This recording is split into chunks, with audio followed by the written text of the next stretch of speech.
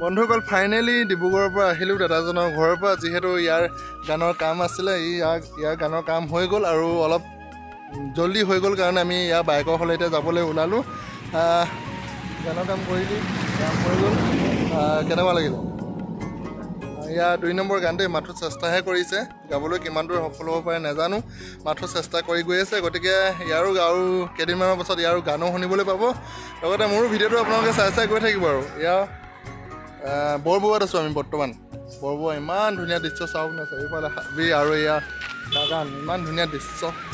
নকৈছোঁ আৰু এয়া আমি ৰিজাৰ্ভৰ মাজে মাজে যাত্ৰা আৰম্ভ কৰি গৈ আছোঁ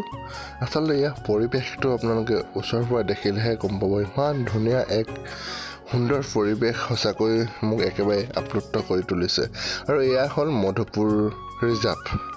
বৰ্তমান আহি পালোহি আমি মধুপুৰ আৰু অলপ দূৰ বাকী আছে ইয়াৰ বাইকৰ হ'লে পাবলৈ কিন্তু ইয়াতে সি এনেকুৱা অনুভৱ হৈছে যেন মই কাজিৰঙা ফালেহে আছোঁ নেকি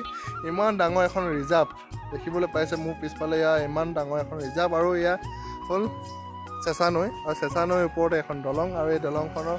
ওপৰতে মই বৰ্তমান আছোঁ ইয়াত এইটো কাৰণে ৰখিলোঁ কিবা এটা মোৰ ভাল লাগিল আৰু ইমান ধুনীয়া দৃশ্য এইফালে চাওক না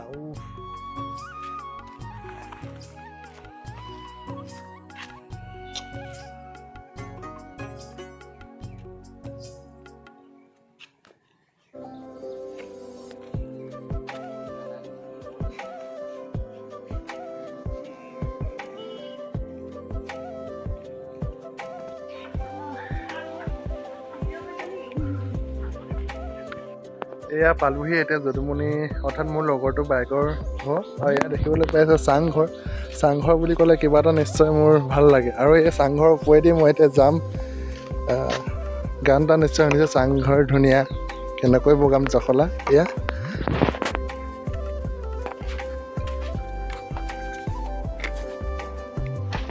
ৱাও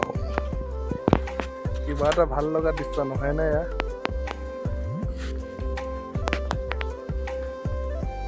আৰু আমাৰ চাহ তাহ খাই লোৱাৰ পিছতে এয়া আহি গ'ল অসমীয়া পৰম্পৰা সাজ তেওঁলোকৰ মতে মত আচলতে এওঁলোকৰ সম্প্ৰদায়ৰ মানুহৰ ঘৰত যদি আপোনালোকে আহে তেন্তে এইবিধ বস্তু পাবই আৰু তেওঁলোকে খাবলৈ দিবই আৰু খাই নাখায় সেয়া আপোনালোকৰ লগত কথা আৰু ময়ো অলপ টেষ্ট কৰিলোঁ বন্ধু অলপ টেষ্ট কৰিলে খালোঁ আৰু এয়া ভাতো আহি গ'ল ভাতটো খাই লওঁ নে কি কয় গতিকে আপোনালোকে ভিডিঅ'টো চাই থাকক আৰু ময়ো ভাতটো খাই লওঁ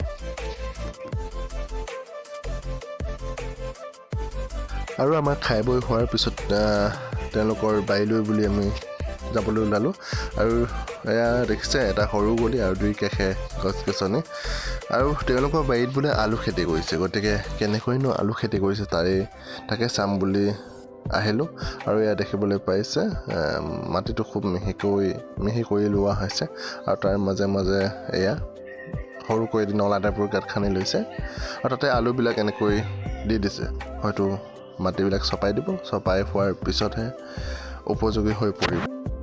আৰু বন্ধুসকল ইয়াৰ পৰিৱেশবিলাকো চালোঁ খোৱা বোৱাও কৰিলোঁ আৰু চাংঘৰতো উঠিলোঁ আৰু অৱশেষত আমিও ঘৰলৈ বুলি যাবলৈ ওলালোঁ তেন্তে ভিডিঅ'টো আজি ইমানতে সামৰণি মাৰিছোঁ আকৌ এটি নতুন ভিডিঅ' লৈ আপোনালোকৰ মাজলৈ আহি আছোঁ বাই বাই